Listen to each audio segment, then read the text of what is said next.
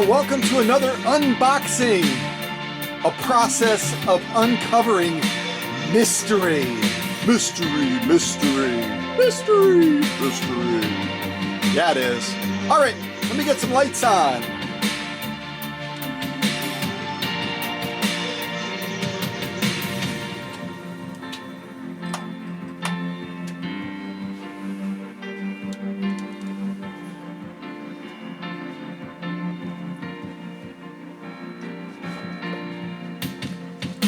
Well, considering you are the smartest students on the planet, well, nay, the smartest students in the universe, you probably noticed something unusual, and that is that the singer repairman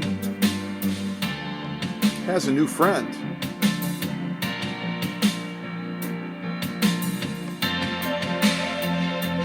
I don't know if his friend has a name yet, but our friend, Maddie, who we just worked on the 222K for, as a special treat tied into what everyone thinks about Florida, and that is alligators, sent us this pet alligator, and immediately the singer repairman adopted this little guy.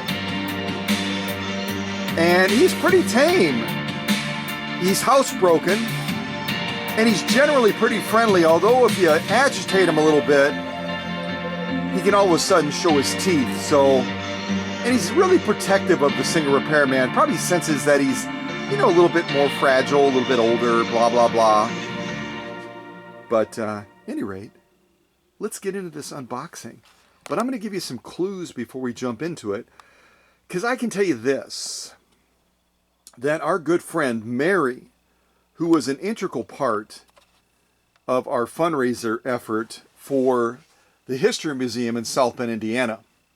She originally was from Oregon and then moved to Washington State. And as I was calling out all the states and trying to encourage people to step out of the shadows and to donate to support that cause, Mary finally stepped out of the shadows and said, I used to be from Oregon, and I'm tired of hearing you call out Oregon, so I am going to donate on their behalf. And she did, very generously. And then went on to also donate to Washington State as well, which she currently calls home. And she ended up getting this particular machine from a third-party seller. I'm trying to remember where. Let me see if I can take a peek. I can read upside down here. Okay. Well, interestingly, the third-party seller that Mary ended up getting this machine from is actually from Wisconsin, Merrill, Wisconsin. And if anyone wants to have some fun and type into the chat some interesting facts about Merrill, Wisconsin, and I'll spell it for you, and I'm going to look at the tag just to make sure I don't goof up. So Merrill, Wisconsin is spelled M-E-R-R-I-L-L. M-E-R-R-I-L-L. So if you want to type something in the chat interesting about, something interesting about Merrill, Wisconsin, you'll get an A in the class for the day, and also, who knows, you might get a special gift as well in the mail if your facts are really, really cool. You know what I mean?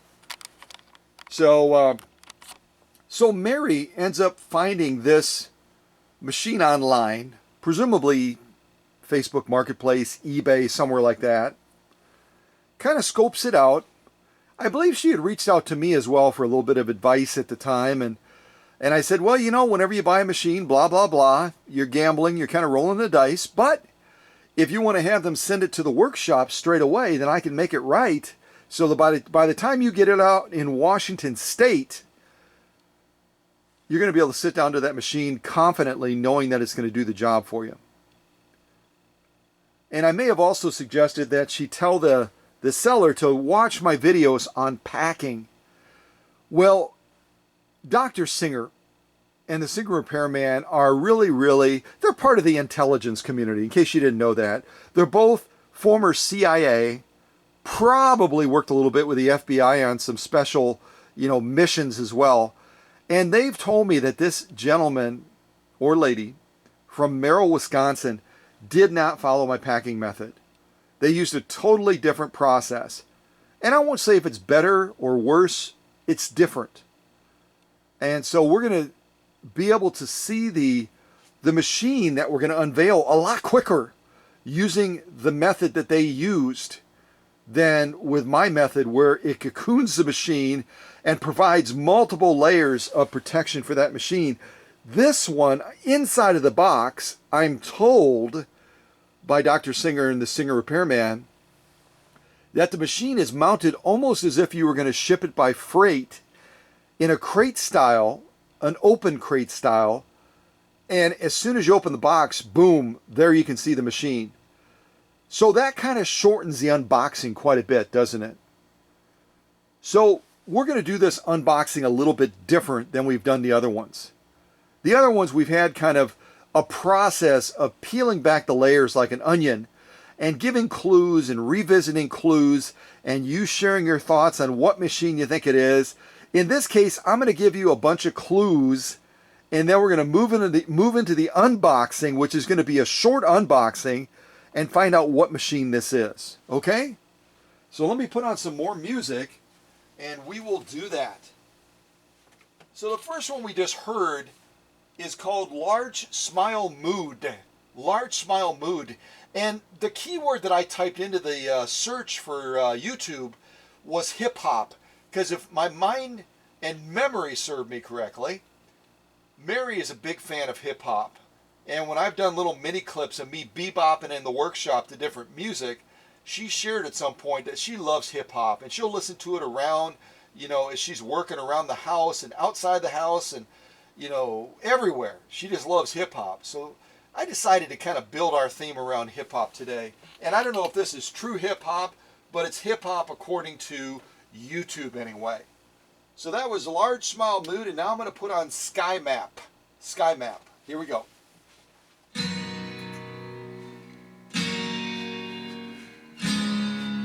All right, let me turn this down a little bit, and I'll give you some of those clues. Because again, once I open this box, we're going to know almost immediately what machine this is. So here are your clues. All right, you ready? This particular machine comes from a class of machines, and you can tell by Dr. Singer and the Singer Repairman being there along with his pet alligator that this is probably going to be a Singer machine, right? So this Singer class machine came on the scene right around, well, let me give it to you this way. It came on the scene in the early 1920s, and it was on the scene in production in one form or another for about 17 years. 17 years, okay? So it came on the scene in the early 1920s. It was on the scene for about 17 years. It has a horizontally mounted rotary hook system. Let me say that again. It has a horizontally mounted rotary hook system. It does not have a reverse. And it takes a 15x1 needle. That's not horribly helpful because a lot of the Singer machines took a 15x1. The other clue I'll give you is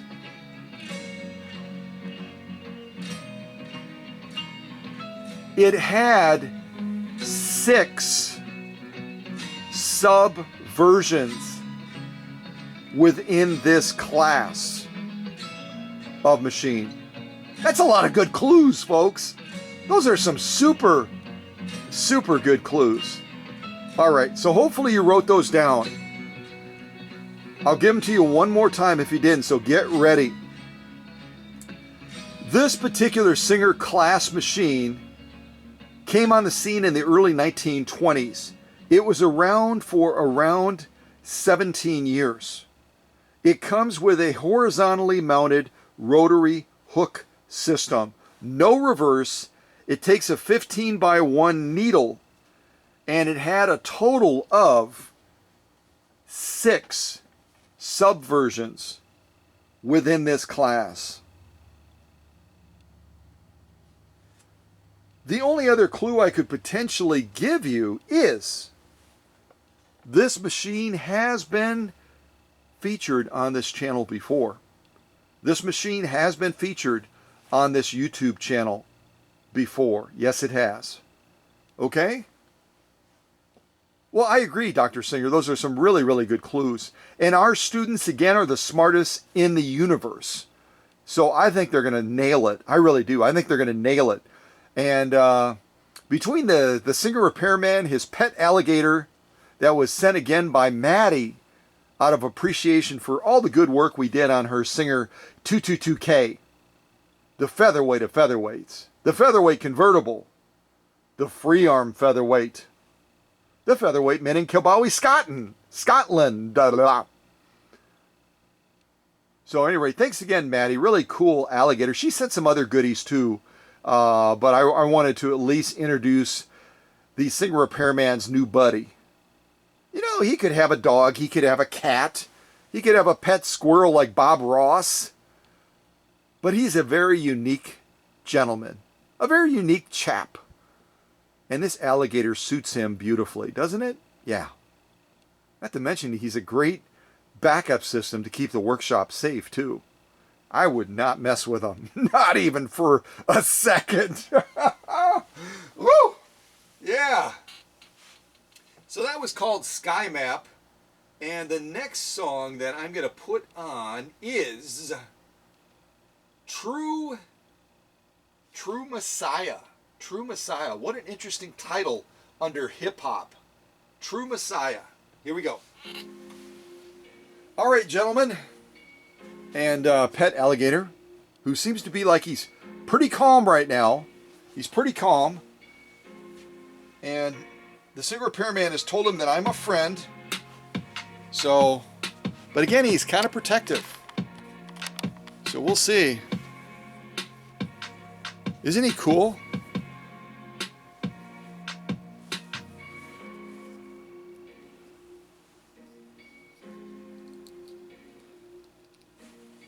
Like I said, he gets a little bit agitated sometimes. And the way you can tell is his facial composure will change like that. Oh boy. All right, calm down, buddy. Calm down. Calm down. Calm down. Calm down. Calm down. Thank you. Thank you. All right, let's get him put away in a safe spot right now. Woo-hoo-hoo-hoo. Oh, who needs an alarm system? We have an alligator. Yeah, we do.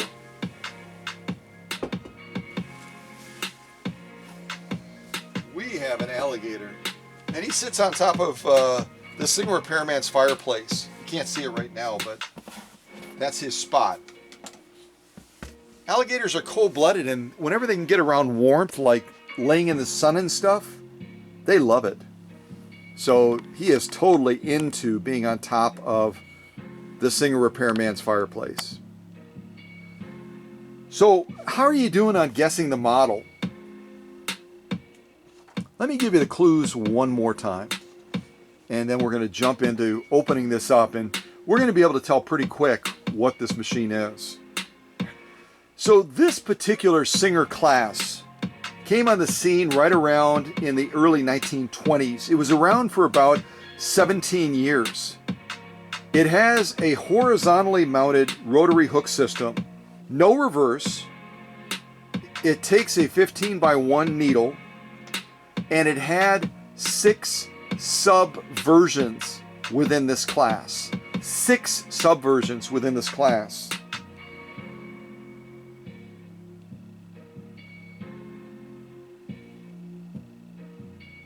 How you doing?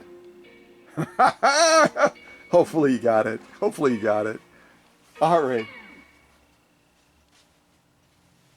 Well, that was True Messiah. Now we're going to put on Hop Hip. Hop Hip. Hop Hip. All right, let's open this up.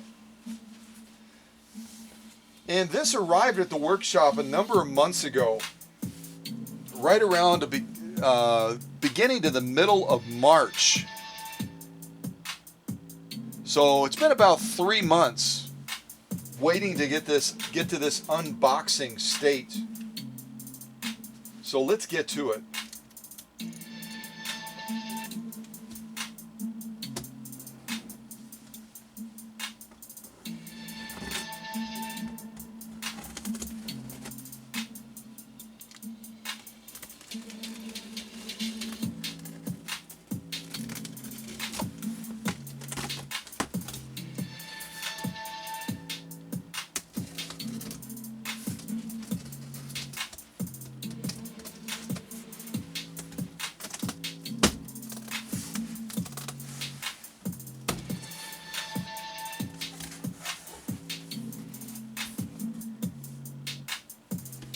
Oh, okay.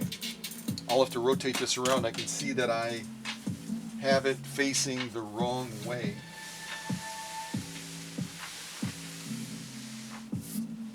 And I would describe this box as sturdy. So Walter, who was the seller out of Merrill, Wisconsin, I think he picked a quality box. This is definitely not spongy like some of the boxes that we've gotten. So, you know, that is a plus. Although I don't know if I'm a believer in Walter's packing method. And the only reason I say that is with a packing method like this, it gives good stability and immobilizes the machine, but it doesn't afford any impact protection for the machine apart from the corrugated box itself. So if that box takes a huge hit or something crushes down on it, apart from the frame of the crate style approach to this packing method, there's nothing to keep that machine from getting damaged. And again, the patina itself is opened up. It's exposed within the box. So if the box is sitting out in the rain, if it's out in the snow, if it's out in the elements, and it soaks through that box, it's going to go right on the paint patina for the machine. So it's part of the reason I use what is a virtually waterproof container with a tote. So even if it's out in the rain, even if it's out in the snow, out in the sleet, and sitting out on someone's porch while they're at work until they get home, if they don't have a neighbor that can take it in or something like that, it can rain on that tote all day long. And that machine on the inside is going to be safe. Plus that machine has a combination of stretch wrap and bubble wrap and strapping tape. With my method, this machine has nothing at all apart from the crate style platform that it's attached to for transport. So I don't want to sound negative. I'm just giving you the facts. Okay? So a little bit more music, and then I'll probably open up the front of this container so we can see the machine from the front, and then we'll get it out of here and we'll kind of go around the machine, and you can try to, if you haven't already nailed it, you can then try to throw out more guesses, okay? So again, the last one was Hop Hip. And no, I'm not dyslexic. That's exactly the way they wrote it, Hop Hip, instead of hip hop. And the next one is called The Sound of a Dollar. The Sound of a Dollar. I didn't know dollars could make a sound. Well, I guess they can, can't they? They can make a sound. Matter of fact, I'll pull one out and we'll see if they can make a sound. Why not? So again, this song is called The Sound of a Dollar. Let's see.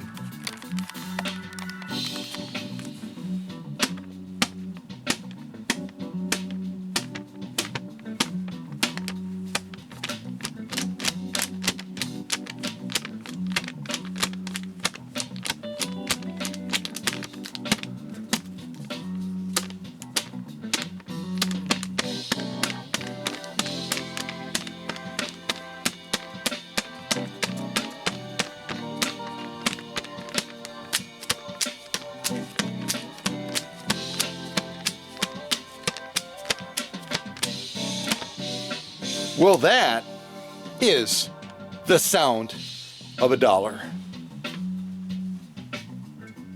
All right. Oh yeah.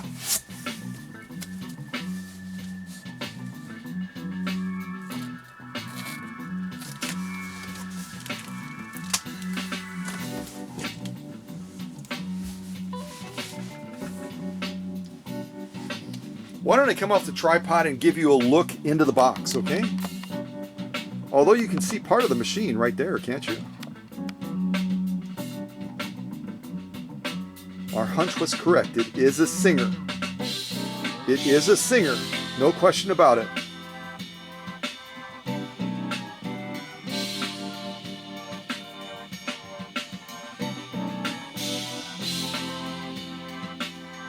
Let me take that little styrofoam thing off the top.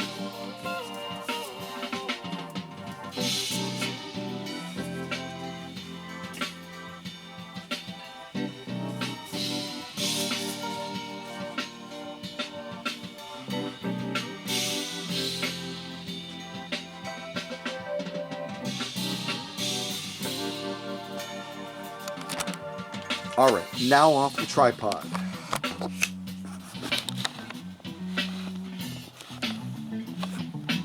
Are you ready? Get ready to type it in, if you know it.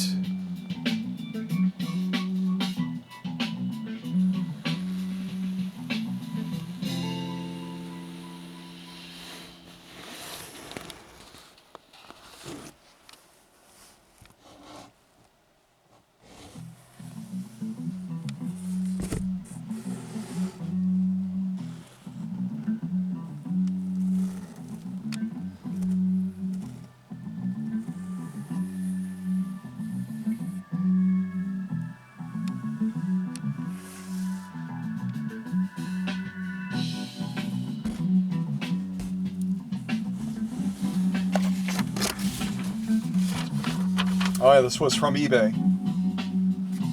This is from eBay. You can see it. There's a little invoice in there.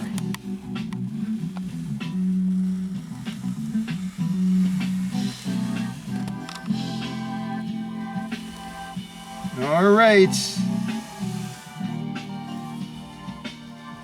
Another box with something in there, presumably.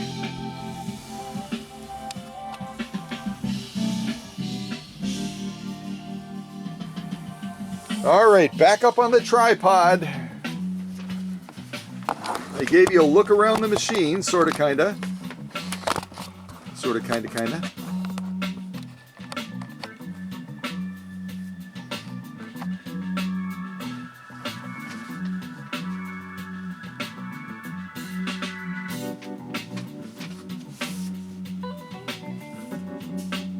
So again, this machine came from Merrill, Wisconsin.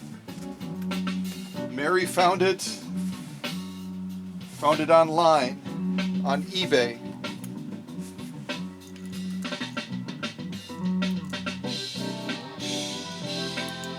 And I've got a lot of space. You could see that when we looked inside of the box between the front and the machine. So I'm going to go ahead and see if I can cut through this box, and we'll open up the box and then kind of bring this machine out. See if I can cut through this box. Again, it's a very sturdy box.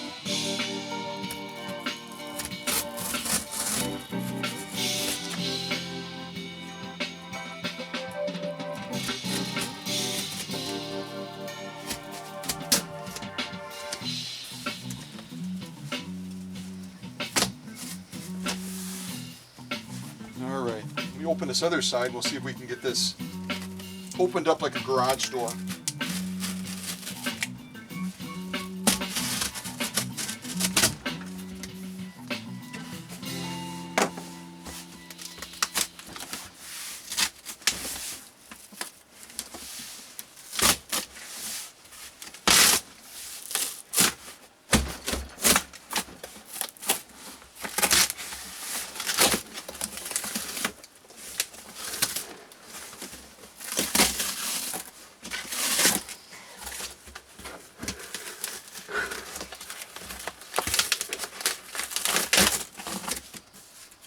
we go.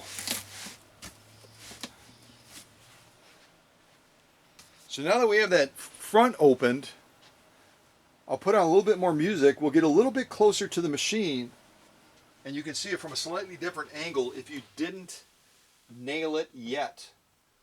So we listened to the Sound of a Dollar twice. Now we're going to put on the Emperor's New Nikes. The Emperor's New Nikes. And I have no idea what that means. Maybe the Emperor got some new Nikes, huh? Maybe he's like a track star. You never know.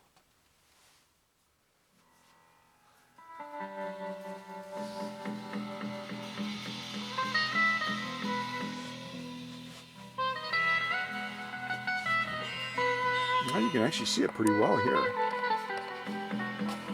little bit closer.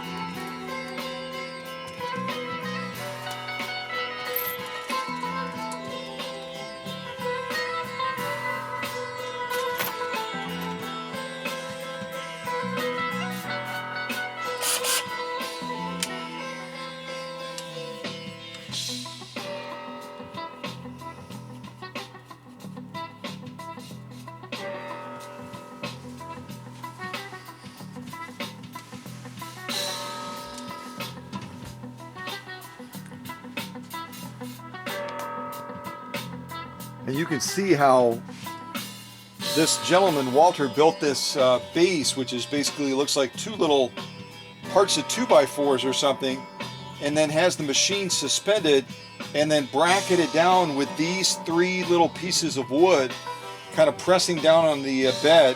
Has a thin little piece of cloth underneath each one of these to try to hold it in place. And he was, I think, wise to put a stopper on this end too, so that the machine can't move to the right. I don't know if you can see that in the shot. Yeah, you can. I don't know why he wouldn't have put a stopper on this end too. He could have put a stopper and then he would have immobilized her from moving to the left. It can't move to the right. It can't go up and down very much because it's bracketed down with these. But he never put a stopper on this end. I'm not sure why. I'm not sure why. And I don't know if there's anything in this box at all in the back, or if this is just a filler piece. I'll have to use a screwdriver or something like that once we get the machine in a safer position, because I don't want to be torquing on that box in the back and have the machine still in a vulnerable place. Okay, the Emperor's New Nikes. And now the next one is called First Class. First Class. Kind of like if you're going aboard some sort of a form of transport. It might be an airplane. It might be a train. It might be a boat. And they have different classes of travel. Everyone's always hoping that they can afford the first class, because you get a little bit more perks, a little bit more pampering. But at any rate, we'll see what we think of this one. This is called First Class. Let me pause that for a second. Let me ask, as you folks have traveled different places, whether it was either by plane, train, by boat, by helicopter, have you ever traveled first class as a first class passenger? And talk a little bit about that. Where were you heading? Were you heading over to Europe? Were you heading to Hawaii and you paid the extra money so you could be a first class passenger and they would pamper you and take care of you and give you more attention? Talk about that a little bit. I'd love to know where you traveled and what the circumstances were as a first-class passenger. Okay, enough blah blah blahing. Let's hear what first class sounds like. And I will do my best to get these screws out of here so we can free up this machine.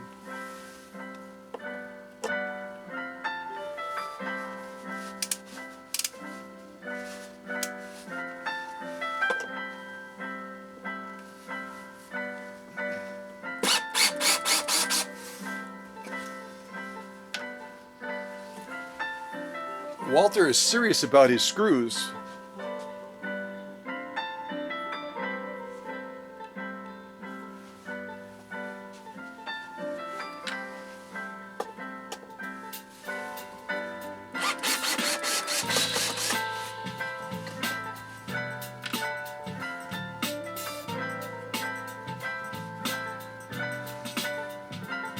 Now it's interesting. Normally, if this is these little pieces of wood are held down on both sides with these long wood screws, but look at how loose they are. As soon as I took these two out across the front, it's real loosey-goosey. Even it pitches up and down. So all I can assume is that the ones in the back were either not tightened as much, or through the transport of this machine, as it was getting bounced around and banged around left and right, those screws in the back work their way loose, because they are, I mean, they're noticeably loose. Normally if they're real tight, you're not going to be able to move these without a lot of force. So again, I'd be curious to get your opinion on what you think of this packing method compared to the packing method that I've introduced to you. What are your thoughts on it?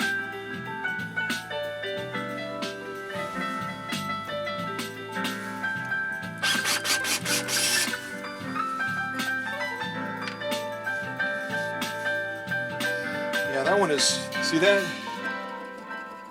That one is real loosey-goosey too. Huh.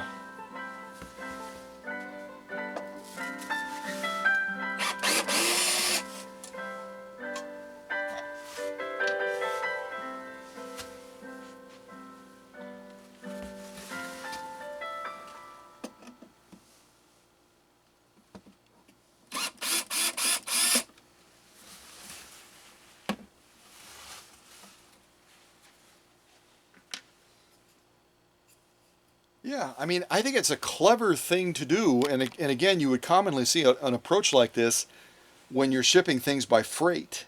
They usually will crate things like this. But I'd be curious what your opinion is on it. Again, as a packing method, and compared to how you've seen me pack machines, and how you pack machines as well. And I'm not going to be able to get the other one out very easily. Now I think we'll have to deal with this box a little bit, because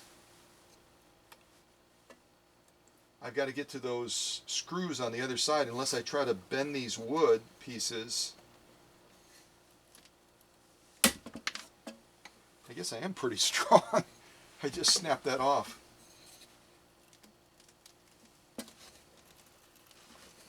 This one I should be able to rotate back.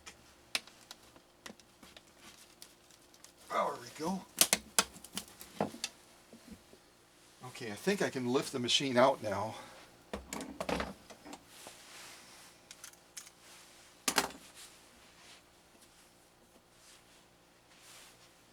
There you can see the bed very clearly, can't you? And these are just some scraps of fabric that Walter ended up putting as a little bit of a buffer to protect the paint from these wood pieces. Okay, so that was first class. I'll be interested to read what stories you had about your first class travel. The next one is called Golden Empire.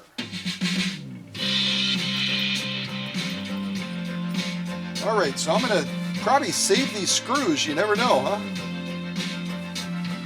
And these little pieces of wood are kind of cool.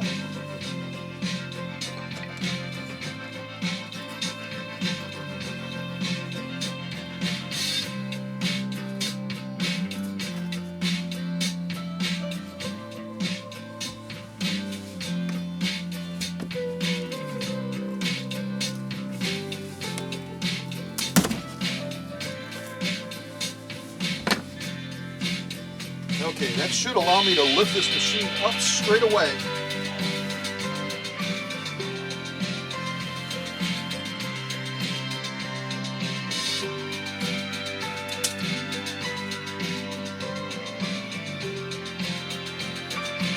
And obviously with this approach, the machine is immobilized, but there's literally no padding whatsoever for the machine, is there?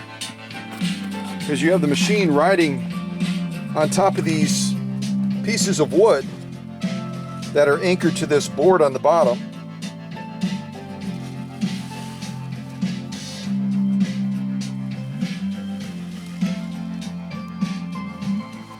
And Walter even thoughtfully made a little notch for the brackets, so that the brackets would, instead of sitting on top awkwardly, they were kind of seated down in this little space right here. So I think that's kind of a thoughtful thing to do.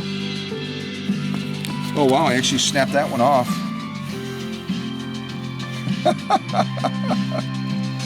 Those push-ups, Mom, are paying off. Oh man, that's awesome. So this box remains a mystery, doesn't it? I wonder what's inside of here, don't you? Don't you wonder what's inside of there? So what do you guys think again of this packing method, huh?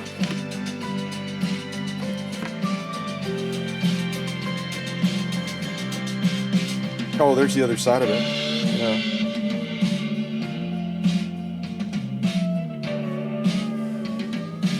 What do you think of this packing method? From a standpoint of safeguarding, preserving, and protecting a vintage sewing machine. I mean, it's got... Well, I don't want to answer for you. I'll just say that if I were determined to use a packing method like this, I would put some sort of padding across these cross pieces, wouldn't you? To provide a little bit of a cushion to the machine so that it's not just jolting against the wood. Yeah, I would. That would be my approach anyway.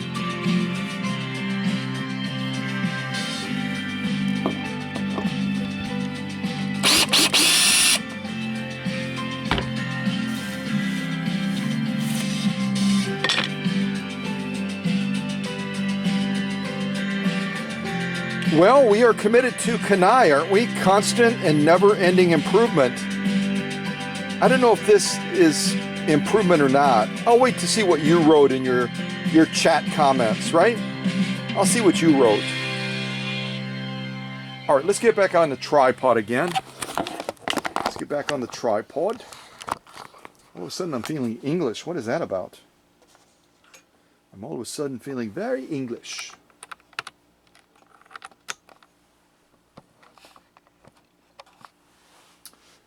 And I probably will recycle, well, not probably. I will definitely recycle the cardboard, and then I'll decide what I'm going to do with Walter's crating wood and stuff. I hate to waste anything, you know? I really do.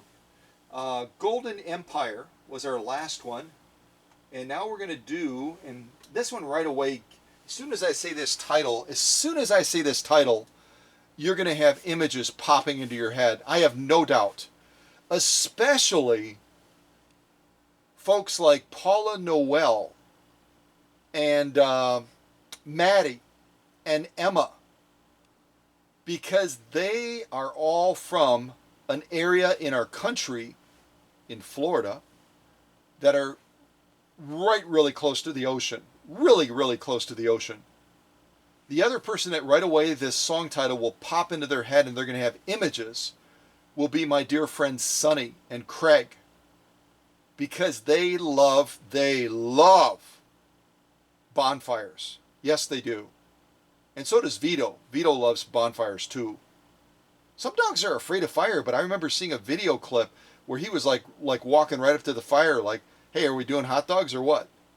You know what I mean? He was. He's a very brave big boy. Sweetie. So this is called, all of that blah blah blahing, I'm finally going to give you the title. It's called Oceanside Bonfire. Oceanside Bonfire. And I know in certain places in the country you can have a bonfire right on the ocean beach. Has anyone ever had a bonfire right on the beach by the ocean? I'd be curious to know. Type it in the chat if you've ever done the bonfire thing right down by the ocean. That has to be super, super cool. Yeah, it does.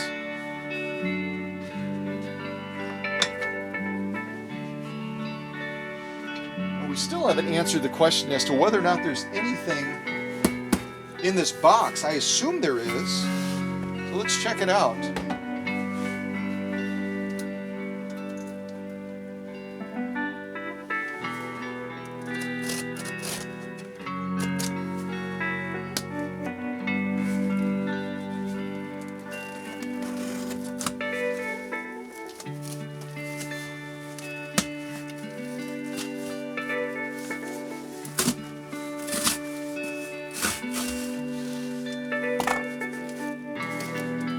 Airbags, but I don't know if there's anything behind those.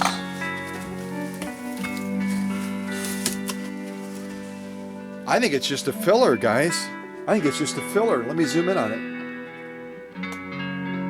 I think it's just a filler on the back. I don't know why it was on the back, because it wasn't right adjacent to the light assembly, and the light assembly wasn't padded or protected in any way to keep it from bouncing up and down with the transport. That's another, and the lights on this particular class machine, they're a little bit sensitive.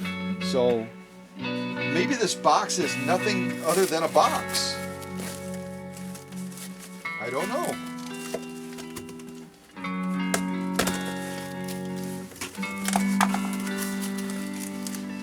Airbag. Airbag. That one went flat really easily. Airbag. And airbag. Styrofoam. Styrofoam. Now we've got something in here. Ah, I bet you that's accessories, isn't it? Listen. I'm guessing there's no padding in there, is there? Set that to the side and we'll look at that eventually. We got something in here too. And these are maybe some sew-offs that, yep, these are some sew-offs that Walter did of the machine. And I'm assuming, I didn't look at the eBay listing, but maybe he showed these in the eBay listing, and that was part of what intrigued Mary, right? He's showing that the machine can sew through, that's about probably 6 ounces of leather, along with a thin little piece of denim.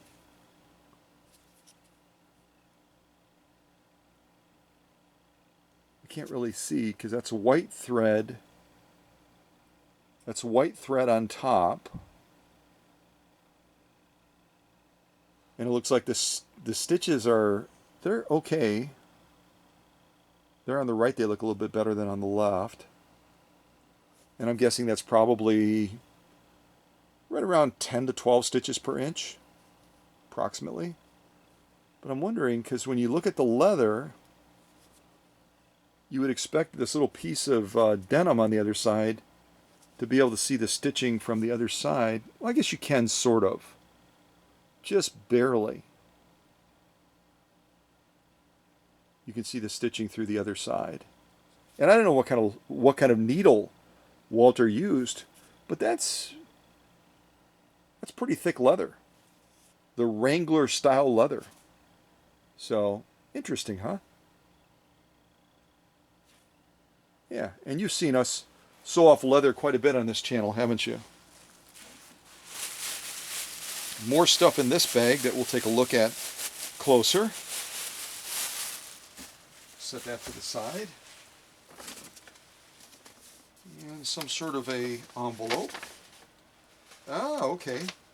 It looks like it's probably the owner's manual.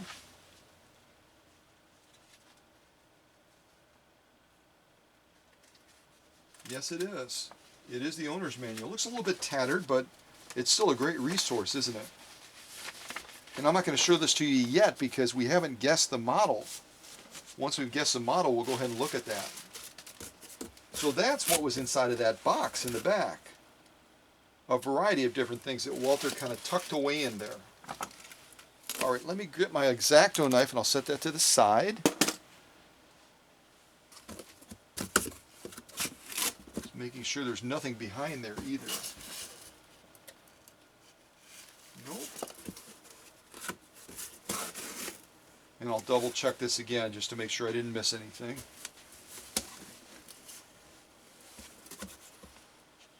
Okay, so let's get this crate box out of the way. The only other thing I'll point out real quick is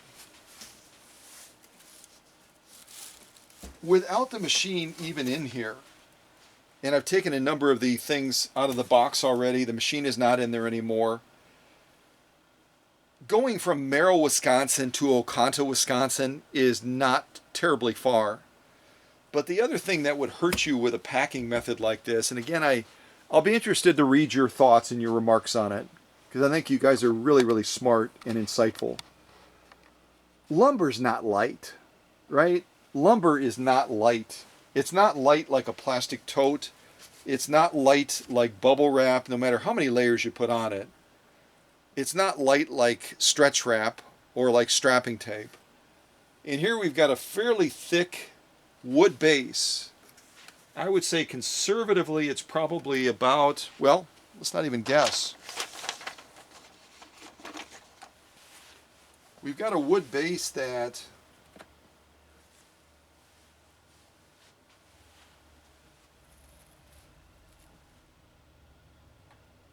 six or 7 millimeters.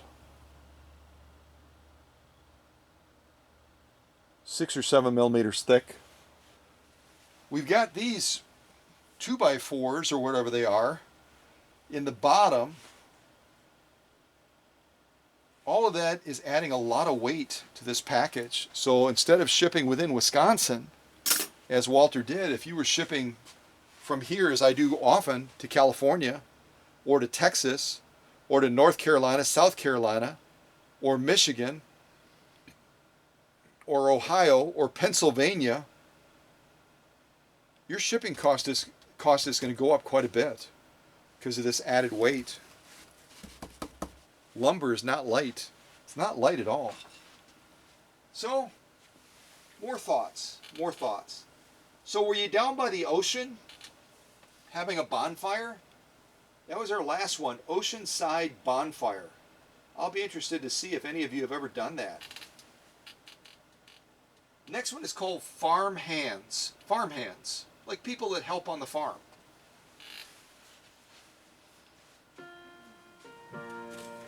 All right, let's get this out of the way.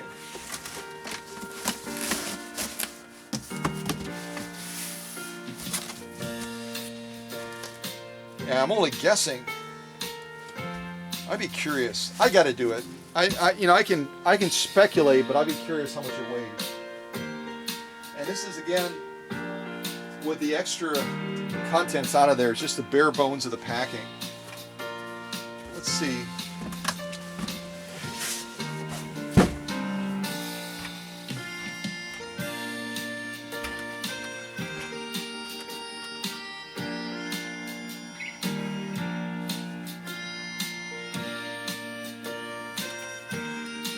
Trying to calibrate it real quick. There we go.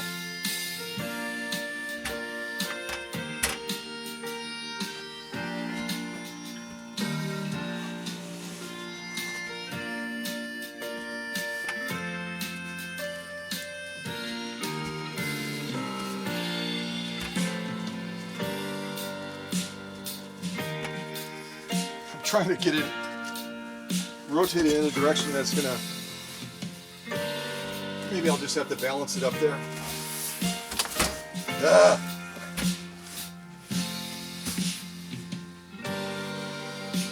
I'll hold it like this so that I'm not applying pressure to it. Well, I don't know if you can see it. I'm kind of looking in the camera here.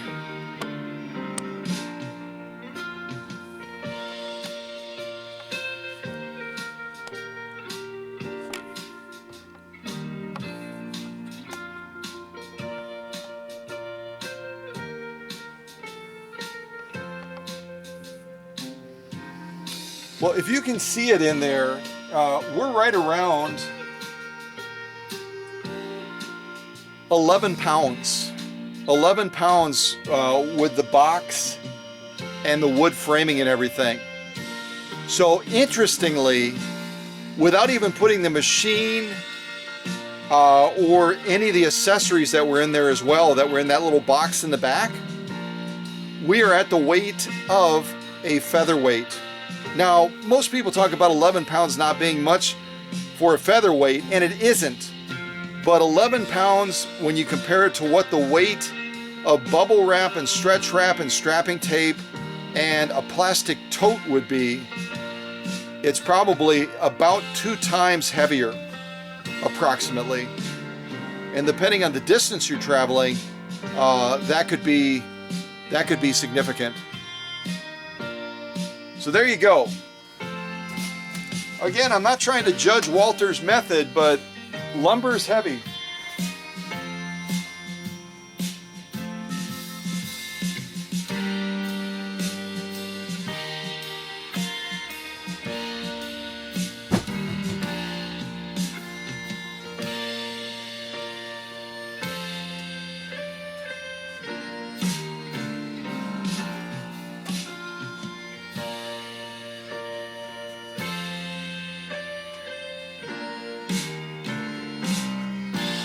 That was a fun song, wasn't it?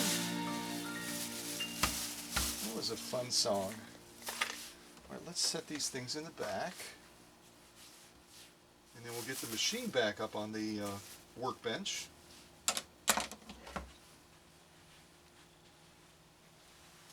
So again, it was called Farm Hands. Farm Hands. Has anyone ever worked on a farm before? I'm just curious. Do you have any former farmers, current farmers? Or maybe you worked as a farm hand on a farm. It's kind of what my dad did back in rural Indiana when he was growing up as a young man, before he went into the Marine Corps.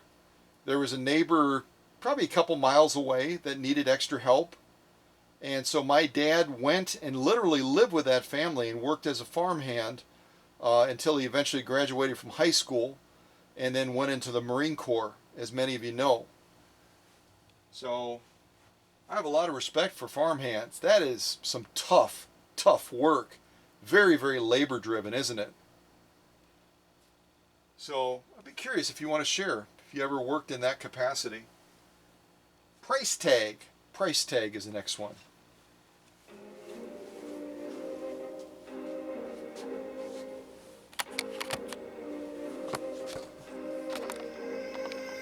There's some Hank here. Go right about to there, I think.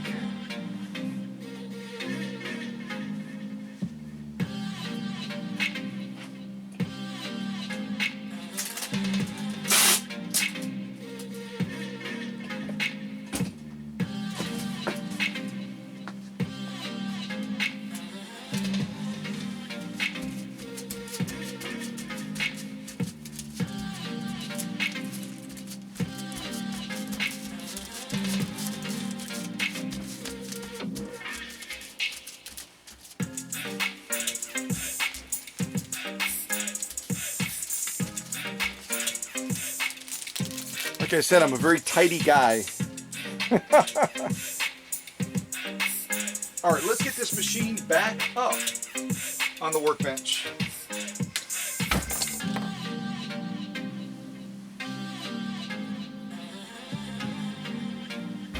And this is a machine that does not set real level or stable because of the way it's designed on the bottom. See that? So when I get to a point after all the work of trying to showcase this machine for sew-offs, we might have to use a similar approach to Walter's by using maybe some weights underneath the edges to kind of suspend it a little bit. We'll have to see. We'll have to see. Isn't it a lovely machine though? So what do you think? What is it? Did you already get it? It has some unique characteristics, doesn't it?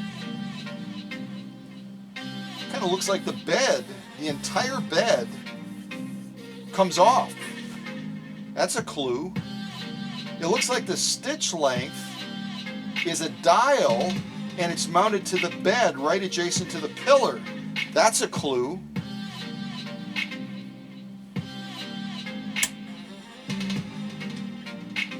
Oh, you can't see it. But it looks like on the back of the machine there is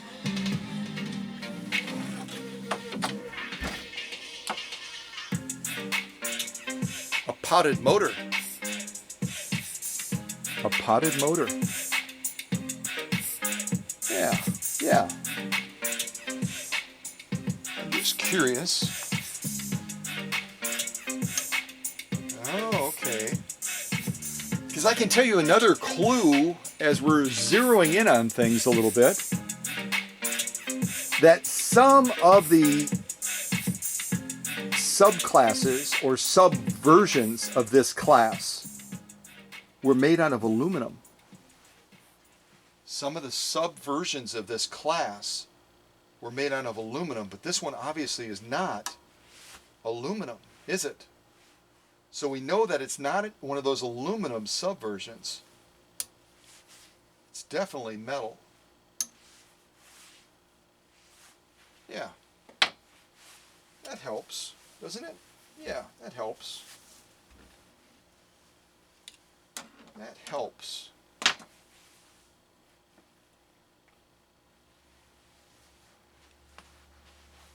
So that again was called Price Tag.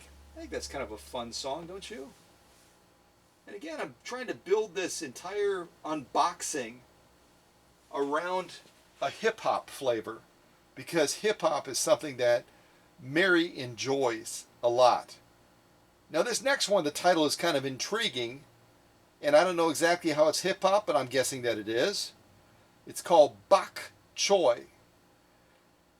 You know what, for those of us that are not culinary wizards, does someone want to type into the chat explaining to the rest of us what you think bok choy is? What is it? What's its origin?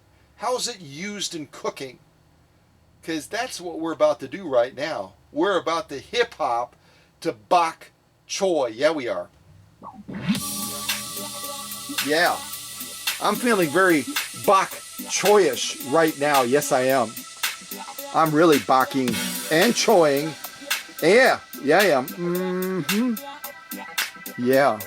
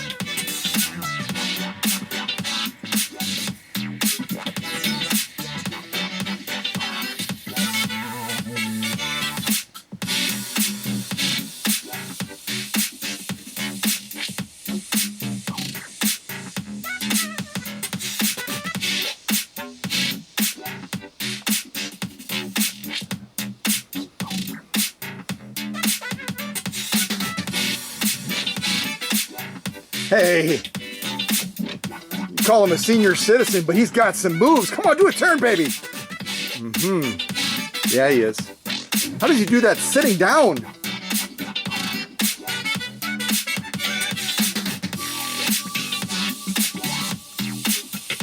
Yeah.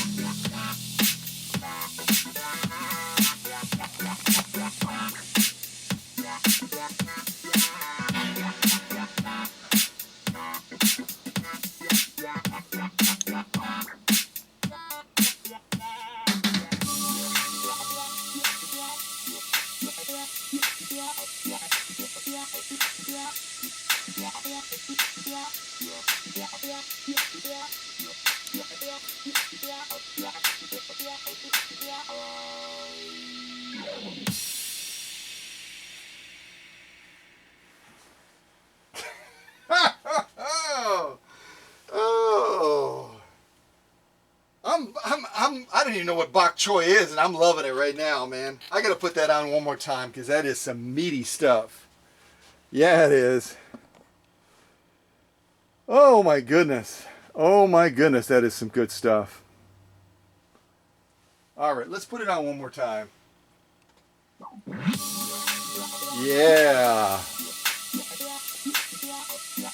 So, once again, the clues that I gave you on this model that you can see clearly right now on screen is that it came on the scene in the early 1920s, was around for 17 years. It has a horizontally mounted rotary hook system, no reverse, and it takes a 15 by 1 needle. The other thing I told you is that it also had a total of 6 versions within this class. 6 versions. I wonder what version this one is. I can tell you we can rule out 2 of them straight away because those versions were aluminum based. One of them was designed to be in a table. The other one was designed to be portable, and they were both aluminum. All right, let's just talk about it. Let's just talk about it. Yeah. This is not a model 101-11. This is not a model 101-10. Because the dash 10, the dash 11, those were both made out of aluminum. Aluminum! Yeah, they were. So it's got to be one of the other versions. It's got to be either a 101-1, a 101-2, -3, or -4. Yeah, it is. Yeah. All right. Let's first of all look at what are in these little bags, huh?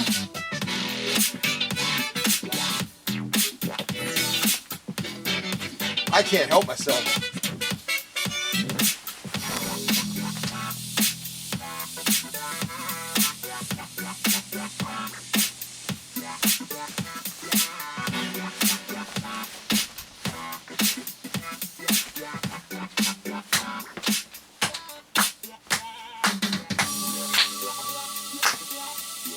Woo! Mary, I am totally with you. I am loving hip hop.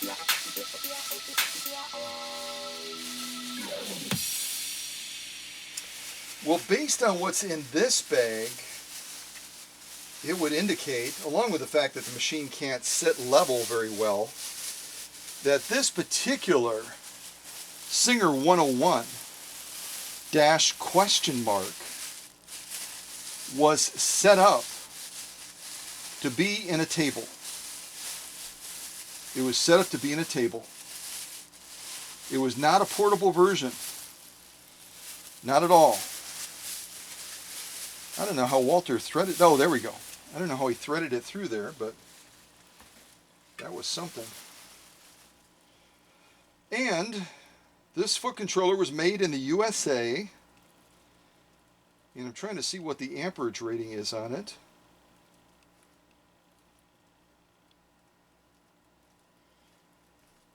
Process, blah, blah, blah, blah, blah, knee, blah, blah, blah. 115 volts, blah, blah, blah, blah, blah, blah. DC. So I'm not specifically seeing amperage as far as a rating on it. But we are going to trust that it is going to be sufficient to support this motor. And this motor on this 101 is going to be a little bit bigger than its successor, the 201-2, and even the 201K and the 201-1, -2, -3, -4. Now there was no -4, but at any rate, so the trade-off when this Singer 101 came on the scene right around 1920 is that they put a bigger motor in it than the later version that followed the 201-2. The 201-2 is typically going to either have a 0.5 or a 0.6 amp motor. I'll have to wait and see because they had variants within this class, but it's going to be a little bit bigger than that, probably around 0.7, 0.8. So it's a strong machine, and that would explain where when Walter showed that Wrangler piece of leather that he sewed through, that would kind of explain why the machine would have sufficient strength to potentially do that. Because the 101 was actually a little bit more powerful than the 201-2. Both of them potted motors, but they stepped down the amperage a little bit when they moved into that new field of 201-2s. Although the design of the motors had improved as well, so that could be the trade-off, the swap, where they're going to deliver real close to the same amount of power. But remember again, the 201 didn't come on the scene until right around 1935. So this 101 dash ? Was on the scene about 15 years before the 201-2 ever stepped into the scene to kind of take its place. So that gives you an idea of over a decade, almost a decade and a half. Well, actually, there is a decade and a half, 15 years. Not a math wizard. I am not a math wizard. So a decade and a half passes. The 101 goes away.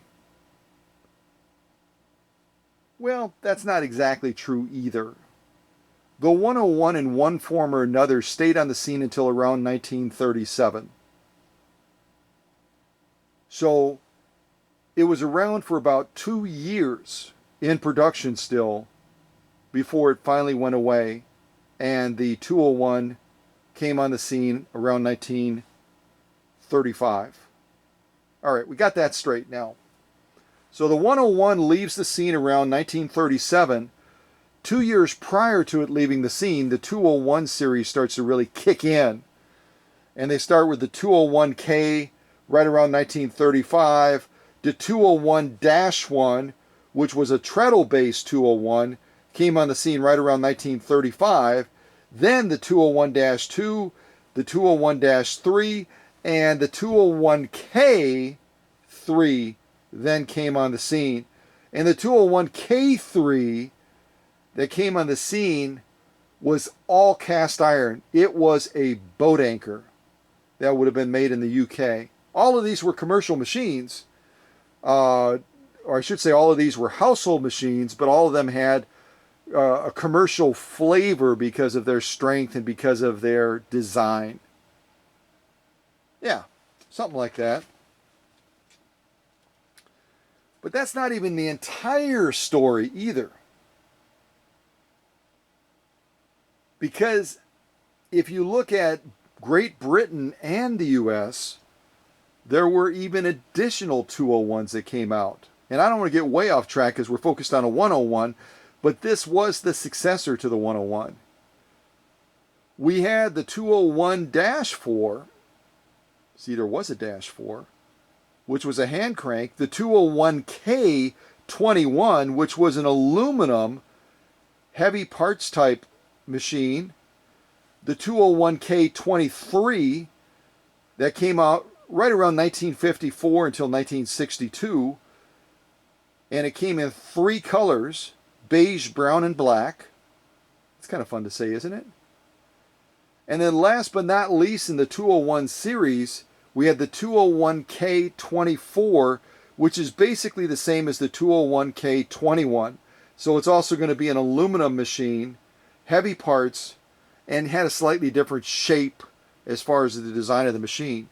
So when all is said and done, how many 201 subversions were there?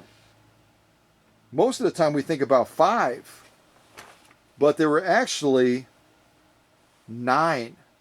There were actually 9 subversions of the 201 that was the successor to the model that Mary bought on eBay from Walter. And again, the 201 subversions were, so get out your pencil, pen, and crayon because you might be tested on this again. The 201K was the first one that came out right around 1935. Then the 201-1, which was a treadle version, 1935. Then the 201-2, we all know about that one, the Rolls-Royce of Singers. The 201-3, the 201K3, the 201-4, the 201K21, an aluminum version, the 201K23, again, it came in 3 colors, beige, brown, and black, BBB. And then last but not least, in that 201 class, we had the 201K24. That is a lot of versions. More so even than the 101 class.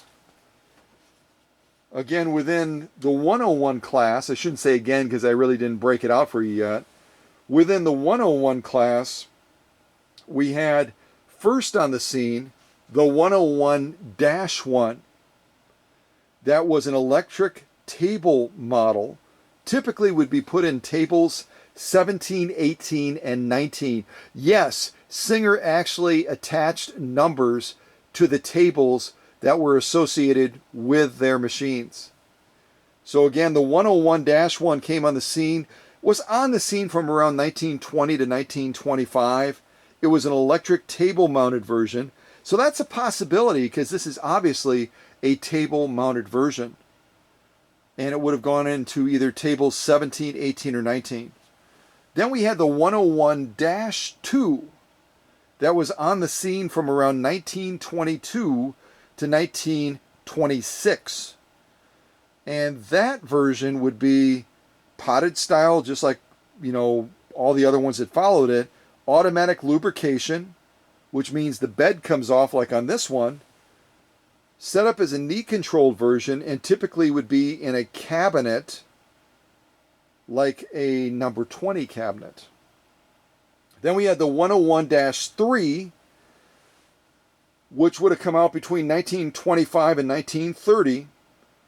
It would have been a rotary hook potted motor, automatic lubrication, just like this one, knee controller, and typically would have been in cabinet number 40. So we've got a couple of possibilities already, don't we? This could be a 101-1. This could be a 101-2. This could be a 101-3. The plot thickens because it could also be a 101-4, which was made from 1929 until 1937. The difference with the 101-4 is all of a sudden they got excited about chromium plating. Chromium plating. Chrome plating! This machine looks pretty chromish, doesn't it? Yeah. And along with that, it was automatic lubrication, same as this one. Adjustable knee controller. And typically also, like the 101-3, was in cabinet number 40. And I've already ruled out for you the other 2 subversions of the 101, which would be the 101-10 and the 101-11. Why did we rule those out? I talked about it a little bit earlier. And I know I'm throwing a lot of stuff at you, but you're super smart. Why did we immediately rule out the 101-10 and the 101-11? Why did we rule them out? Here's a big clue.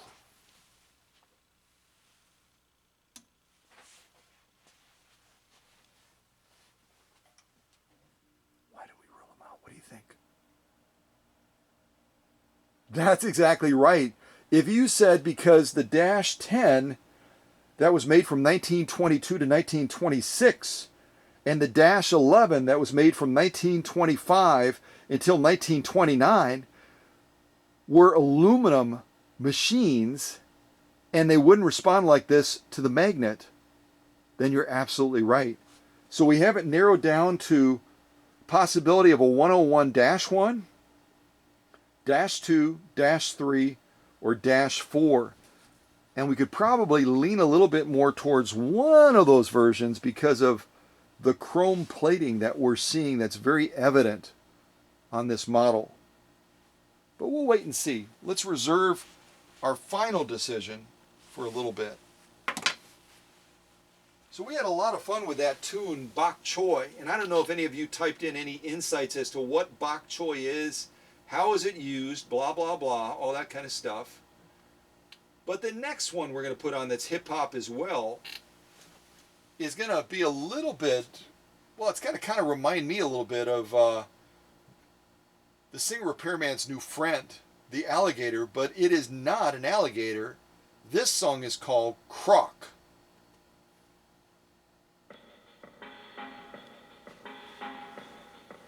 Croc. Yeah.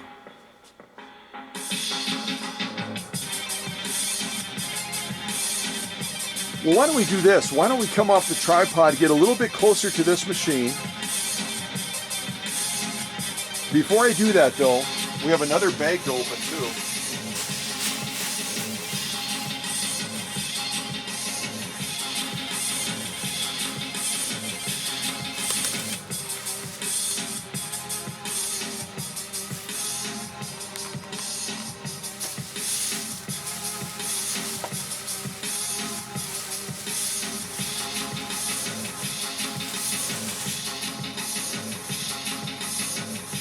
Ah, accessory goodie box. And you know what? I've got to give some credit to Walter. Maybe he did watch some of my packing videos. Because even though it's not immobilized extremely well, he gave it a good go.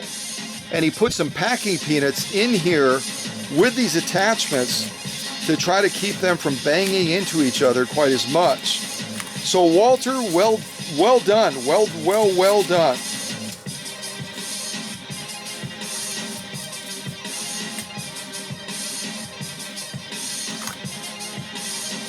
Yeah, there's even a little darning plate in here too.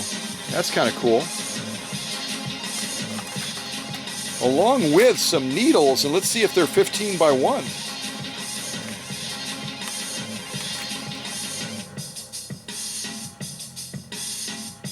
And they are. Size 16 and size 14. So this is the correct needle for this machine as well. 15 by 1, which is pretty standard among a lot of the vintage Singer machines. So the size 16 is going to give a little bit more of a heavy duty. I'm guessing that's what he probably had in the machine when he sewed that Wrangler leather. At least that's what I would have done.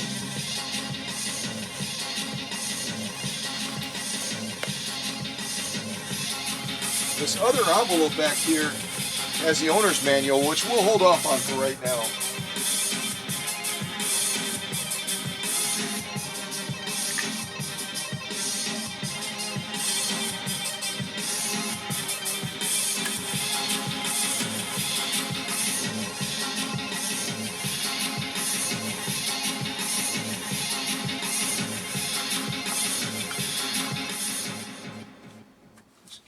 Real quick.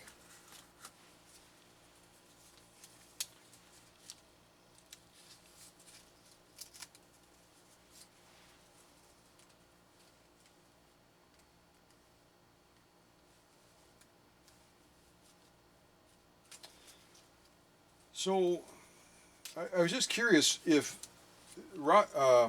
Walter obviously included these needles to benefit Mary. I was just curious if one of these needles from one of these packs is actually the one that it's in the machine, but it's not. Walter has a different needle in the machine right now, and I'd have to take it out to look and see what it is, which we're not going to do right now. So these needle packs with a size 14 and 16, 15 by 1 needles are just extra needles that Walter included. And those are the recommended needles for this Class 101 machine. But I can see by the markings the needle in the machine right now is not one of those 2 needles. So that'll be interesting to see what it is. So that was called Croc. Kind of like crocodile. And the next one I'm going to put on is called White River. White River. White River.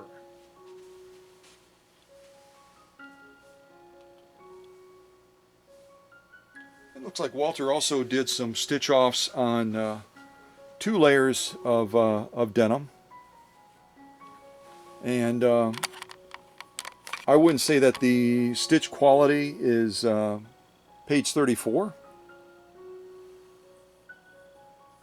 You might disagree.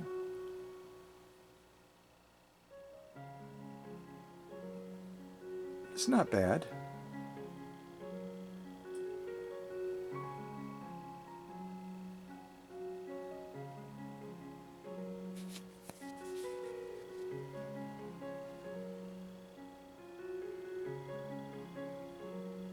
I assume that's the lock stitch, based on how you would typically feed this material through. The lock stitch is a little bit more poppy. It's almost overly poppy, isn't it, compared to that top stitch?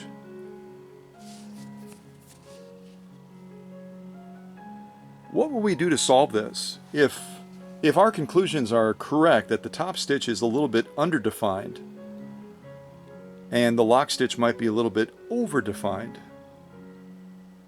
how do we fix that? Type it in the chat. We've covered this quite a bit recently. We've covered that quite a bit recently. And while you're doing that, I'm going to get a drink of water. I haven't drunk any water at all during this premiere so far, which is pretty amazing. My whistle must be wetter than usual.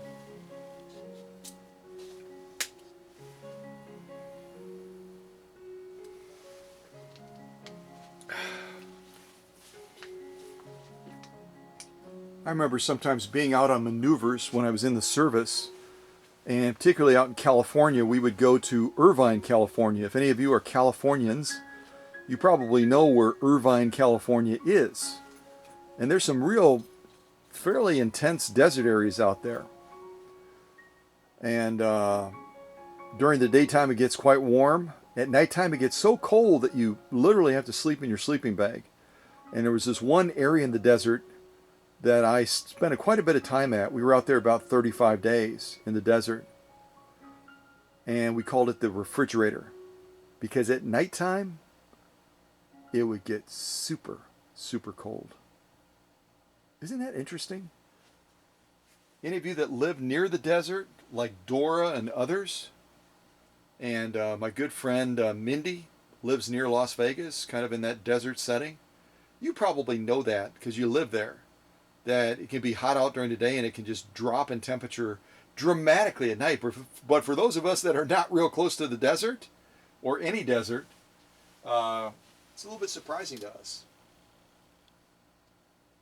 So that was called White River. And the next one is called Sign of the Vibration. And again, back to vibration. With Walter's packing method, how well would you say his packing method protects the machine from vibration? Type it in the chat, your opinion on that. Again, the machine is sitting on 2 chunks of wood, held down with 3 pieces of wood across the bed, kind of holding that down.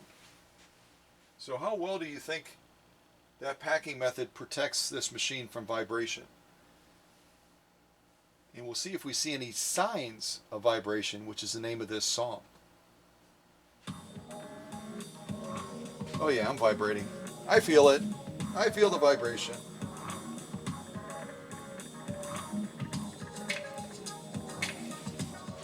All right, let's finally come off the tripod, get a little bit closer to this Class 101 machine. Get a little bit closer.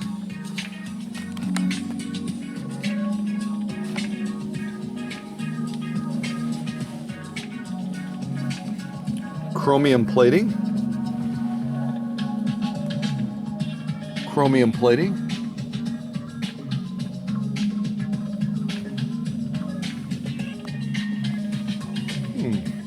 Chromium plating.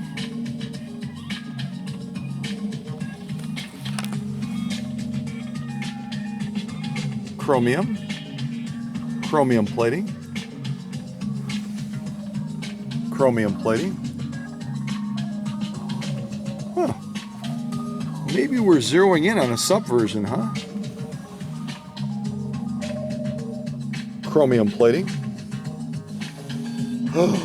Chromium plating.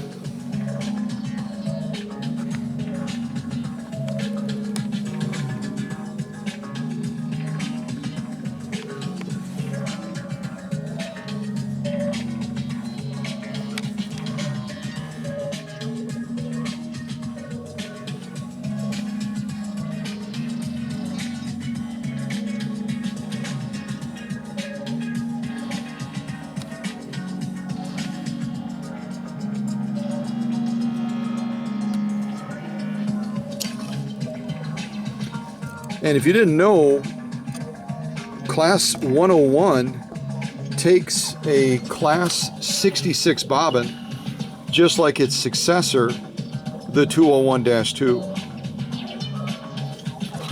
And that looks like it might be an original Class 66 bobbin, which is super cool.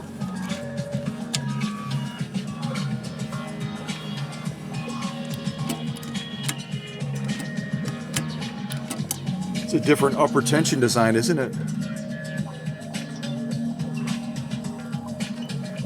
And it looks like Walter maybe even have cleaned it up a little bit. Still a little bit of varnishing on there, but not bad. Not bad at all compared to some of the machines we've seen, right?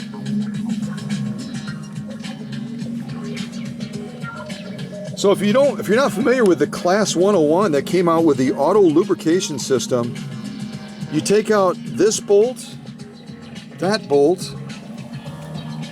over there, and this bolt right there, and this entire bed comes off so that you can service the machine and lubricate it from up top. You don't have to tilt the machine back like on the 201-2. And this auto lubrication system, or this auto wicking system, was very revolutionary when it was introduced in the 1920s. Very revolutionary because folks tended to not want to tilt the machine back. It was extra work. It was a little bit scary for them to do that. And so this was a great innovation, a great innovation.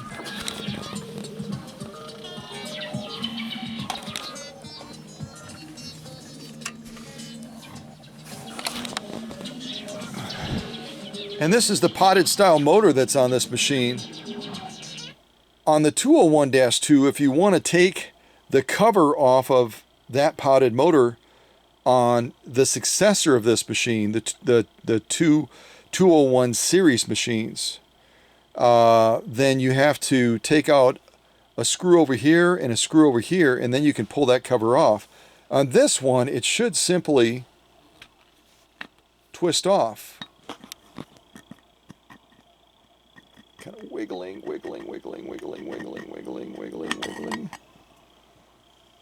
It should simply come off like that, and then you can see what the design of the motor is.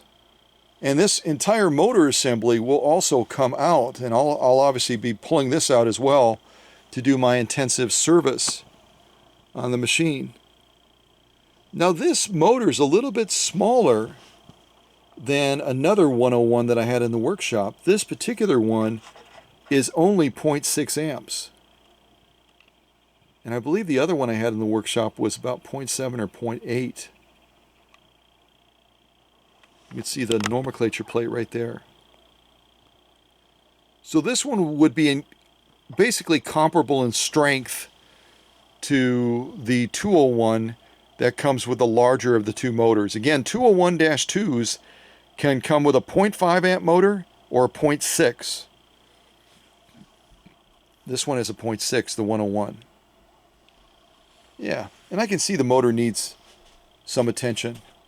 This may have been brushed up a little bit, but as I'm looking at these stator wraps and as I'm looking deeper into the motor, I can see that it needs to get a comprehensive service, which is why Mary sent it here to the workshop. I better not try to put that on with one hand. That's kind of silly, isn't it?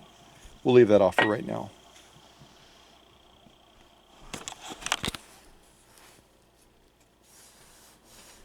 And some paint patina issues. But I'll see if I can tidy that up a little bit for Mary. I'm going to take out this bobbin.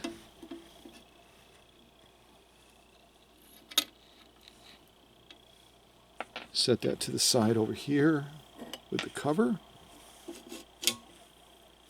Just going to rotate the balance wheel a couple times just to make sure that we seem to be clearing.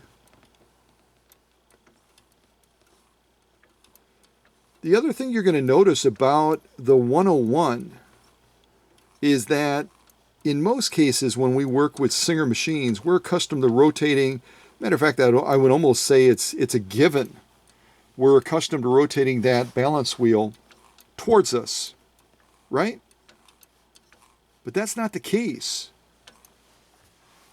with the 101. Let me grab a piece of that material that Walter had on the bed as a buffer for those pieces of wood.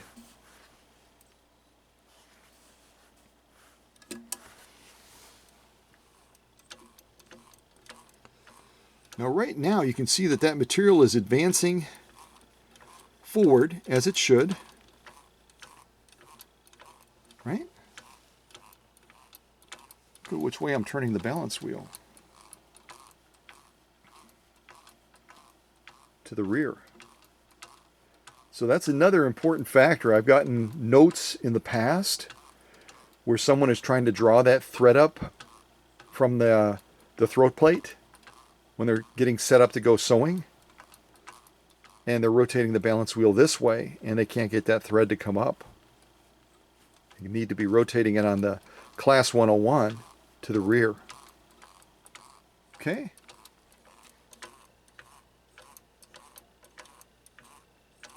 Yeah. And there are other differences as well, and I'll talk about that when this machine eventually premieres. But I can highlight a couple of them for you right now. Let me just set the camera down for a second and pick out some more music. And then I'll highlight some of those differences between the Class 101 and the Class 201 that followed it. What did I say, about 15 years later? Sign of Vibration. Sign of Vibration is the last one we just played. Now we're going to put on Hipsters Hopping. Hipsters Hopping. This is going to be a tough song to sit still to, I am guessing. Yes, I am.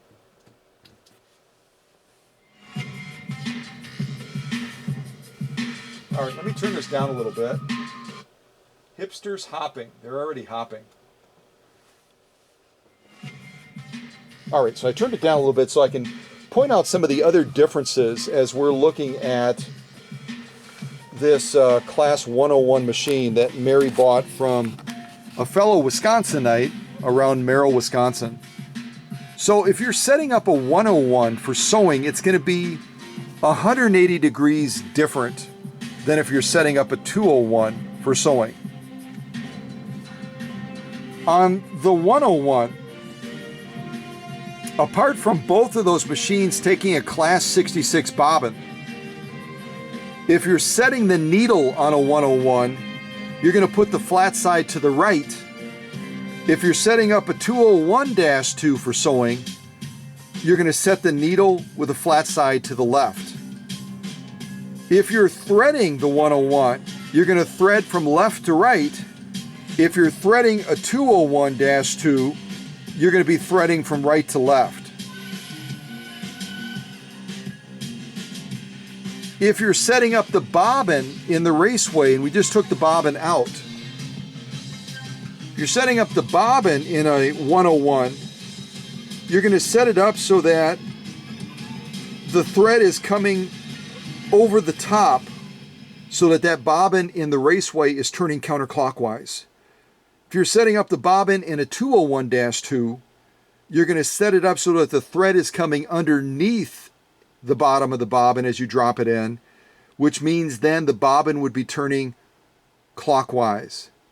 Did you follow that?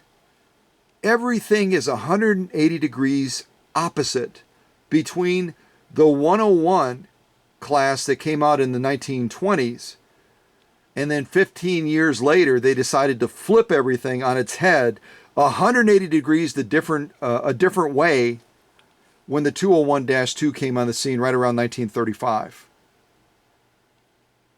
So if you own both machines, you might want to rewind this so that you make sure that you set up the needle correctly, that you thread the needle correctly, that you set the needle correctly, and last but not least, that you put the bobbin in the raceway correctly, because they're going to be exactly the opposite between those two classes, the class 101, the class 201. Okay?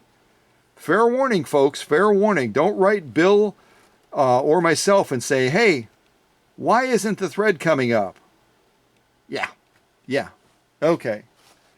So I'm going to go back up on the tripod, and we're going to try plugging this puppy in.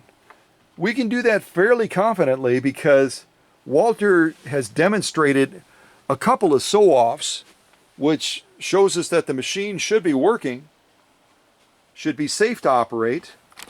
And since he's from Wisconsin too, hey, I got to trust the guy a little bit, right? But we'll be ready for disaster just in case. He's trying to pull the wool over our eyes, but I doubt it. All right, let me plug the camera back in. And we will do a test, and we'll actually test it with the motor open on the back. That'll be kind of fun, right? Yeah. All right, so that was Hipsters Hopping. And now we're going to put on One Step Closer. We're one step closer to wrapping this Premiere up as we get ready to plug this puppy in and give it a try.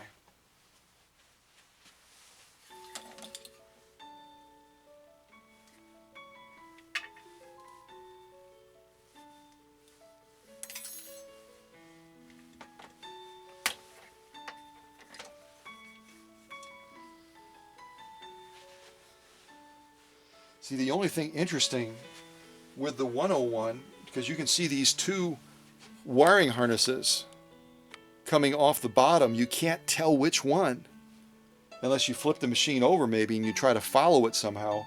You can't tell which one of these is for the motor and which one is for the light. So we're going to be gambling a little bit here. If we plug this in and it starts running straight away, then we know that we guessed wrong. Because one of these is going to be wired directly to power that light. In other words, it's going to have continuous electricity flow so that that light is on while you're operating the machine. The other one's going to have intermittent and will need that foot controller to complete the circuit. So that's the only tricky thing with one of these. You can't tell which is which. And Walter even, or the person Walter got the machine from, even tried to help us out by going, one is silver, one is gold. But we don't know which one's for the motor, do we? We don't. So, type in the chat which color you think we should go with. Do you think silver is going to be the motor? Or do you think gold is going to be the motor? Because there's no way to tell. Even if we turned it over. I'll show you.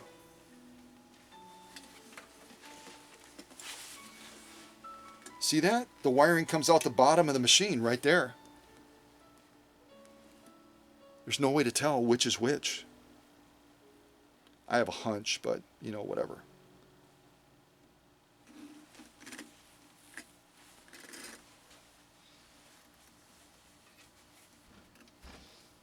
I have a hunch. So what did you type in the chat as far as your thoughts on, is it silver for the motor or gold for the motor? I'll be interested to see if anyone guessed it right. Right now we're going to plug the power in though. for our plug-in point. Play that one more time. That's a nice, soft, gentle tune, isn't it? Now, if you've ever wondered, is there a way to test this block without actually plugging either one of these into the block itself? The answer is absolutely. You can test it and try to figure out whether or not this is set up correctly even before you go this direction. And the way you do that is, one is going to be hot wired, the light. So we should be able to plug these in and get a hot reading right away, assuming that it's working. There we go, finally. Had to get the right spot.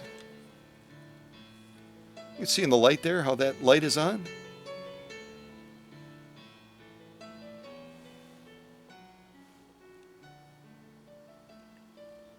So that tells us that the light plug-in point is working, that it's set up correctly, that it's wired correctly. What about the one for the motor? We put these two in there. Again, that's going to be an intermittent connection.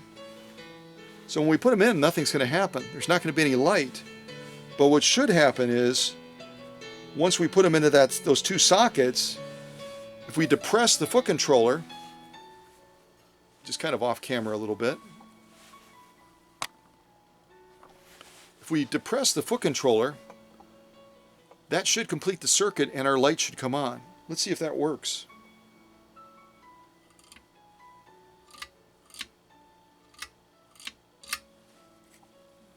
Yeah, these are kind of sensitive.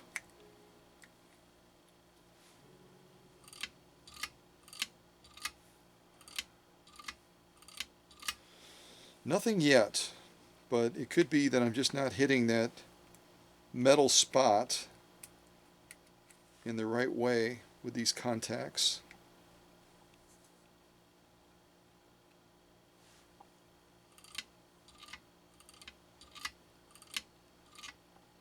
Now what should happen, but it's not, when I push this foot controller down, it should complete the circuit, and then what should happen is this light should come on. When I release the foot controller, the light should go off. Right now we're not getting a light on at all.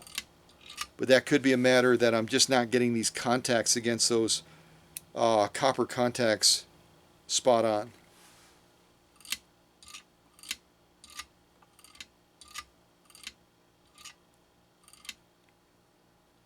Even trying jiggling them a little bit to see if I can get it to respond. So I'm not being successful, but that's how you would test it, is by depressing that foot controller, and if this is wired up correctly, the light tester will come on when the foot controller is depressed because it completes the circuit.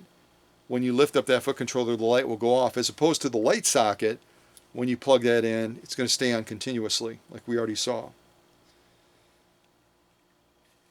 And these plug-in boxes are sometimes a little bit finicky, where over time the copper contacts will kind of get pushed to the side, and if you plug a plug-in in there, it's big enough and robust enough that it's going to make contact with those, but for an average test like this, it's not going to work quite as well. So now we come down to ground zero, where we're going to try to guess, is silver the motor or is gold the motor? But first of all, we'll put on a little bit more music. And again, we're not going to do any harm. We shouldn't do any harm, even if we guess wrong. My guess is going to be silver for the motor, but I'll be interested if you guess that gold will be the motor, so we'll try that. So this next one is called Trap Unboxing. I'm not making it up. Trap Unboxing. So assuming I'm correct, which I may or may not be, I'm going to plug the gold one into the light and see what happens. Are you ready?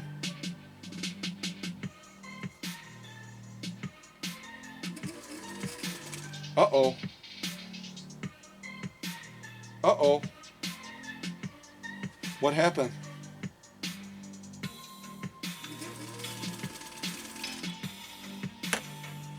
The gold one must be the motor. The gold one must be the motor.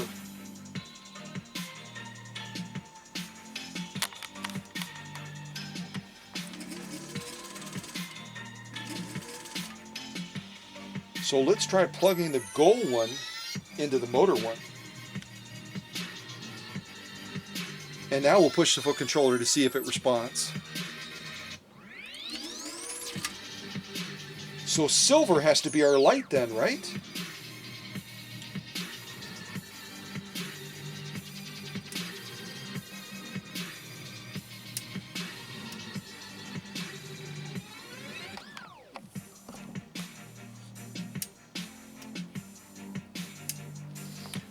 So the mystery is solved. Silver is the light, gold is the motor. It's a golden motor. Yes, it is. So now we have it set up correctly. I'm going to raise the presser foot so we don't have to worry about constantly moving the material, because again, you never want to have a presser foot down against the feed dogs if there isn't material underneath there to create a buffer between the bottom of the presser foot attachment and the feed dogs. They're going to grind against each other if you don't have a buffer in there, which will dull the feed dogs and will cause marring to the bottom of the presser foot attachment. Not good. So never operate the machine with the presser foot down unless there's material there. But when you raise the presser foot, you can get away with operating the machine as much as you want. So without any music on now, I'm going to zoom in a little bit more on the machine. We're going to push down that foot controller and give an initial listen to this model 101, this class 101. All right, are you ready? Here we go.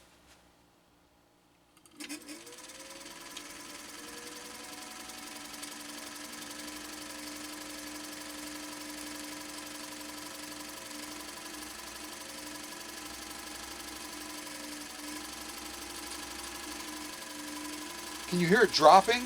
Kind of going up and down? Now it's speeding up. I'm not changing my foot controller.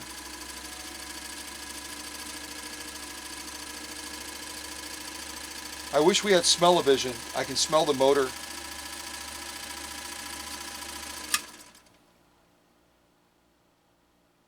I don't know if you can see that or not, but there's a little bit of, it's real light, but there's a little bit of smoke coming out from the motor area.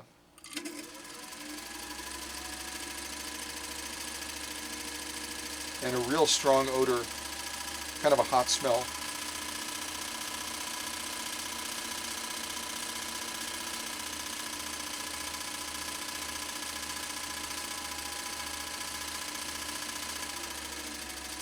You hear that?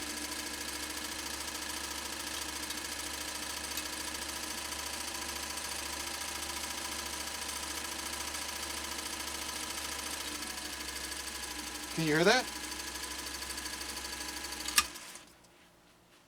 So we've got what I would call a fluttering. We've got what I would call a fluttering in the motor, where the motor will spike up, get some real nice RPM, some good momentum, and then it'll drop. And from what I'm smelling at least, that is most likely going to be a product of that motor needing to be serviced and needing a deep cleaning. And we currently have an incandescent bulb in there, which is super hot. Part of the reason I always convert them over to LED. If you've ever been curious about how hot will a light get, why don't we answer that question right now?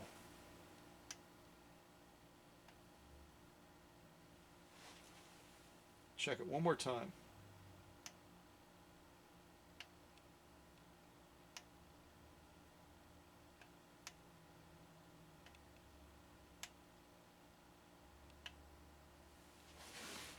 If you ever wondered how hot a light, an incandescent light, will get, 209 degrees. As opposed to an LED bulb being in there, which we could leave on continuously, and it would only be a fraction of that heat. So, Mary, I can tell you that unless you tell me you're absolutely opposed to an upgrade as far as your lighting system, I'll be upgrading this to an LED light bulb. And I believe this will have the same socket. It should have the same socket as the 201, so I shouldn't have any trouble swapping it out. But over 200 degrees, 209 degrees is what that bulb was registering as far as heat output. That's a lot of heat, folks, especially in the summertime. If your sewing room doesn't have the best air conditioning or the best air movement, and you're working on a project and you have that light on continuously, that's pumping about 200 degrees of heat from that light into that room that you're working in, into that sewing space. That's a lot of heat. It's a lot of heat. Touching moment is the next one. Touching moment.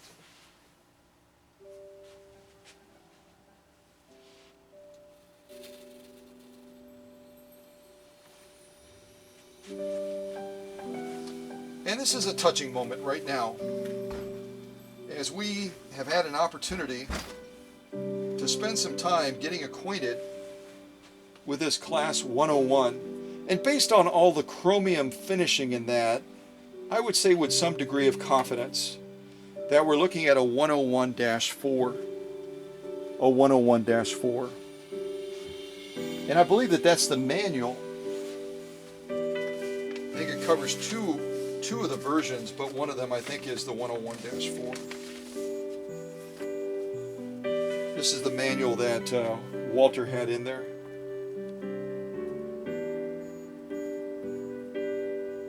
Yeah, we'll put it right there maybe. Wanted to put it over there. We'll leave it over there. Yeah, this manual covers the 101-4 and the 101-12. And again, we know fairly confidently that the chromium finishing on it, at least, is going to point it at the 101-4. And at least with my initial research, I don't even show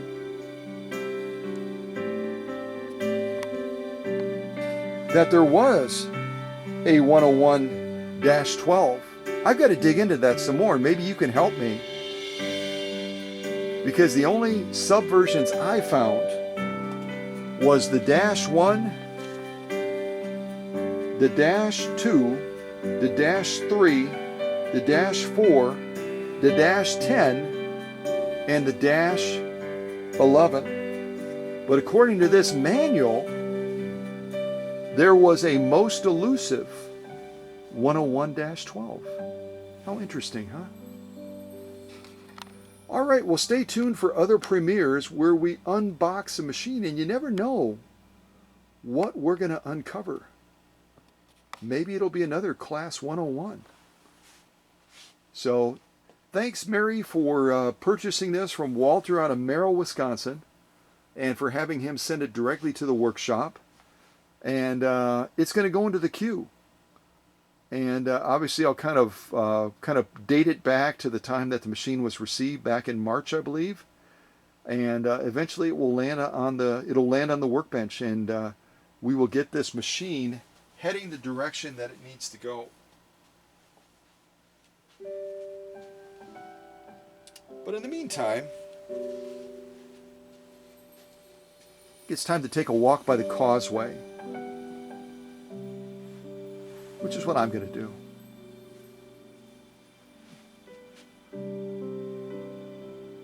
Say, repairman, would you help me shut the lights off, please? Thanks.